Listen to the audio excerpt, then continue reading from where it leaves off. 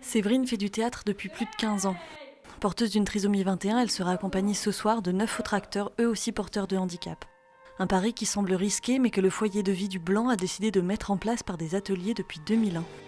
La difficulté, c'est qu'on va souvent venir faire réciter un texte à des résidents, et c'est pas ce dans quoi ils sont plus doués. Évidemment, il y a des difficultés de mémoire, il y a des difficultés d'élocution, il y a des tas de difficultés, et on va les voir qu'à travers cette difficulté.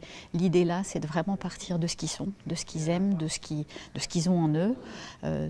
Cette pièce-ci, plus spécifiquement autour des sentiments aussi, autour de la colère, autour de choses comme ça, de partir de ça et de leur permettre de le développer, de l'enrichir, d'y apporter des nuances.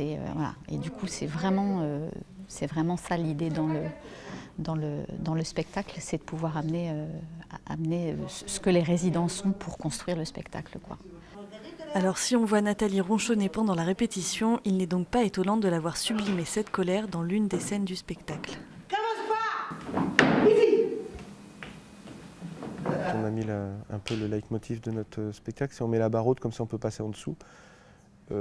C'était des paris parce que c'est pas ce que je leur propose, à la rigueur c'est pas possible à faire.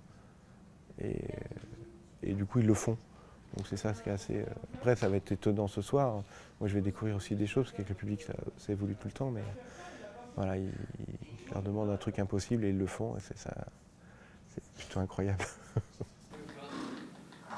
À l'origine, nos objectifs sur cette troupe-là, on est plutôt sur l'envie de faire découvrir le handicap sous une autre forme aux gens, pour pouvoir donner un autre regard sur le handicap.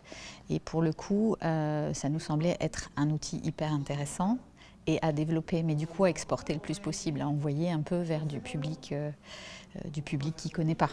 À l'avenir, Marie pense donc à ouvrir le spectacle aux EHPAD, aux collèges ou même aux terrasses des cafés afin d'ouvrir à d'autres publics moins sensibilisés au handicap.